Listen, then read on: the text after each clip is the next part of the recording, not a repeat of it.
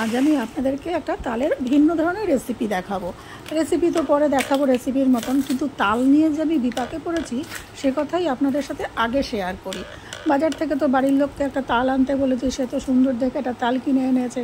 এবার কদিন ধরেই ফোনে দেখতে পাচ্ছি যে কাঁচি দিয়ে তালের এই আঁশগুলো কেটে খুব সুন্দরভাবে তালের রস বার করা যাচ্ছে। আমিও ভাবলাম আমি একটা চেষ্টা করি, দেখি হয়তো ভালো পদ্ধতি। আমি তো কাঁচি নিয়ে লেগে পড়লাম যুদ্ধে, কিন্তু হাত স্লিপ কেটে যাচ্ছে, ভালো করে কাটা যাচ্ছে না। কাঁচিটা কিন্তু খুব ধার ছিল, এমন না যে কাঁচিতে ধার নেই, কিন্তু যে সময় লাগলো আমার এই তালটাকে কাটতে, তালের আঁশগুলোকে এরকম ছাড়াতে কাঁচি দিয়ে, তার থেকে অন্য যে দুটো আটি ছিল সেই দুটো আটি আমি খুব কম সময়ে, যে রেগুলার যে পদ্ধতি, আমরা যে সাধারণ পদ্ধতিতে তালগুলি, খুব তাড়াতাড়ি হয়ে গেছিলো। আবার এই তালের আঁশগুলোকে এরকমভাবে চটকে নিয়ে বের করে আবার ছেঁকে অনেকটা সময় লেগেছে, অনেকটাই আমার সময় লেগেছে। আমি হয়তো ঠিকভাবে পারিনি, কিন্তু আমার যে সাধারণ পদ্ধতি, যে পদ্ধতিতে আমরা করে থাকি, সেটাই আমার কাছে বেশি সুবিধাজনক মনে হয়েছে। তাল নিয়ে যা যুদ্ধ করলাম সে আর বলার না। কিছুতেই আর আমি তালের রস বার করতে পারিনি, ওই কাঁচি দিয়ে কেটে কেটে কোনো রকমভাবেই বার করলাম। তারপরের বাদবাকি দুটো আটি আমি নর্মালভাবেই রস বার করেছি।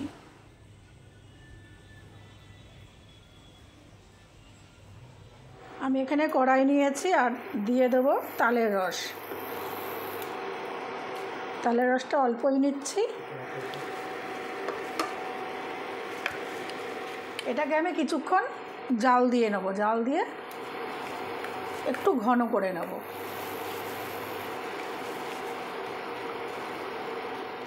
আমরা তো তালের অনেক কিছুই খাই, এটা একটু বানিয়ে খাবেন, খুব ভালো। একটু অন্য ধরনের রেসিপি, বা জন্মাষ্টমী বা লোকনাথ বাবার পুজোতে আপনারা এই রেসিপিটা বানাবেন, দেখবেন খুব ভালো লাগে, খুব অন্য ধরনের।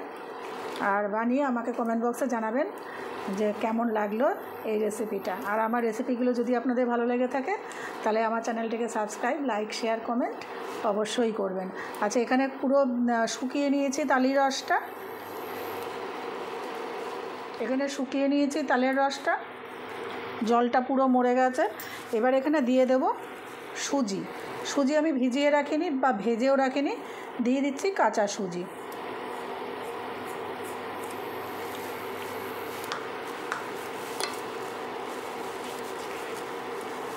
আর সাথে এখানে কোনো আমি এখন এই মুহূর্তে চিনি দেব না, দিয়ে দেব নারকেলের গুঁড়ো।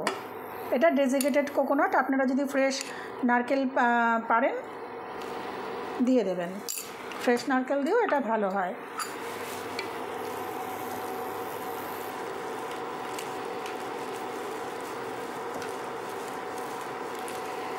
এটা একটু ভালো করে আর একটু নাড়িয়ে চাড়িয়ে কাঠ মতন করে এটাকে নামিয়ে ফেলবো। এখানে একটু লবণ দিতে ভুলে গেছিলাম, দিয়ে দিলাম এখানে একটু অল্প ব্ল্যাক সল্ট বা বিট নুন। এখানে রেগুলার লবণও দেওয়া যায়, বা সন্ধ্যব লবণ বা রক সল্টও এখানে আপনারা ব্যবহার করতে পারেন। এটা আগেই দেওয়া উচিত ছিল, আমি ভুলে গেছিলাম, তাই নামানোর আগে মিশিয়ে নিলাম। এটাকে আমি একটা থালার মধ্যে তুলে নিয়ে ঠান্ডা করতে দেব। থালায় তুলে নিয়ে একটু ছড়িয়ে দিয়ে ফ্যানের তলায় অল্প একটু ঠান্ডা হতে দেব। মোটামুটি ঠান্ডা হয়ে গেছে। এবার আমি দিয়ে দিচ্ছি 2 চামচ মতো ময়দা, দিয়ে এটাকে আমরা যেরকম আটা মাখি বা ময়দা মাখি সেরকম এটাকে ঠেসে নেব। এই মণ্ডটা তৈরি করতে আমার আরও হাফ কাপ ময়দা লেগেছে, 2 চামচ ময়দায় হয়নি। আর এপাশে নিয়ে নিয়েছি একটু সাদা তেল, যাতে আমার লেচি কাটতে সুবিধা হয়। একটু তেলটা হাতে লাগালাম, দিয়ে এরকম ছোট ছোট সাইজের করব, আপনারা ইচ্ছা করলে বড়ও করতে পারেন। আর ডিজাইনটা সম্পূর্ণ আপনাদের ইচ্ছা অনুযায়ী এরকম ডিজাইন করতে পারেন, যেটা আপনাদের ভালো লাগবে, যেটা আপনাদের সময়ে কুলাবে সেইটাই করবেন। আরেকটাও ডিজাইন দেখাচ্ছি, এটাও করতে পারেন। একটু ভালো করে হাতে এরকম করে ডলে নিতে হবে, নিয়ে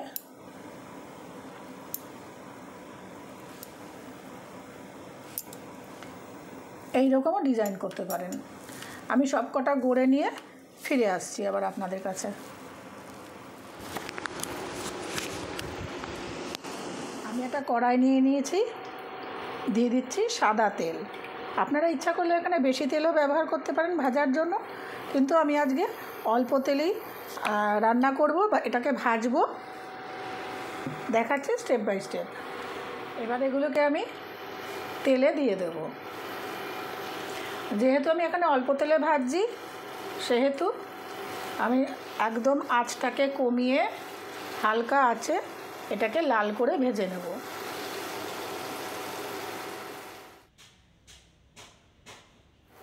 আমি এখানে একটা কড়াই নিয়েছি, দিয়ে দিচ্ছি জল। এখানে 2 বাটি মতন জল নিচ্ছি, আর এই 1 বাটি মতো চিনি নিচ্ছি, দিয়ে এটার একটা রস তৈরি করব।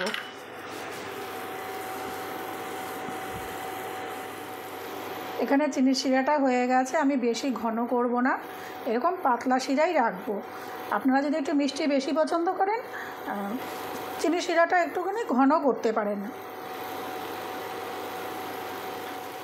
দেখুন এটা খুব কড়া করে ভাজা হয়ে গেছে, আর বেশি লাল করব না, 2 পিঠে বেশ ভালো ভাজা হয়ে গেছে। একটা তুলে দেখাই, এই যে। এবারে কি করব, এইগুলো নিয়ে গরম অবস্থাতেই এর চিনি শিরায় দিয়ে দেব। এটা ছোটো হাতা তো, এটা বড় হাতা হলে ভালো হতো, ঠিক আছে অসুবিধা নেই। আমি এক এক করে তুলে নিয়ে চিনির শিরায় দিয়ে দেব। আর এই যে তেলটা থেকে গেল, এই তেলটা দিয়ে আমি আরেকটাই তালের শিরা রেসিপি করব। এই তেলটা যে ফেলে দেব বা এই তেলটা দিয়ে আর কি হবে, আমি আরেকটাও তালের রেসিপি এই তেলটা দিয়েই করব। সেই জন্যই আমি অল্প তেল নিয়েছি। শিরায় দিয়ে দিয়েছি। এবার এটাকে ঢাকনা দিয়ে আমি সারা রাত এটাকে এরকম করে ভিজতে দেবো। কালকে সকালে আমি এটাকে খুলবো। আর যদি সারা রাত সময় না থাকে, অন্তত 7-8 ঘন্টা এটা এরকম করে ভিজবে। চলে আসছি পরের স্টেপে। সারা রাত রাখার পর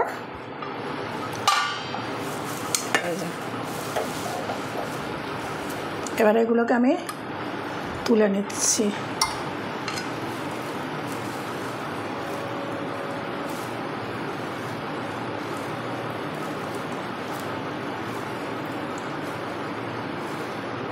তৈরি আমার তালের পিঠা।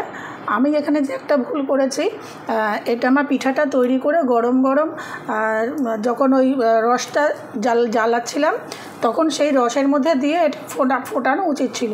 সেটা আমি করিনি, আমি গরম ভেজে নিয়ে রসের মধ্যে দিয়ে দিয়েছিলাম। রসটা আমার জাল হচ্ছিল না। আপনারা এটাকে ভেজে নিয়ে রেখে গরম রসটা যখন জাল হবে, সেই জাল দিয়ে এটা কিছুক্ষণ জাল দিয়ে নেবেন, তাহলে একদম নরম তুলতুলে হবে। এটা ভেতরটা একটু রসটা কম ঢুকেছে, তবে খুব সুস্বাদু হয়েছে খেতে।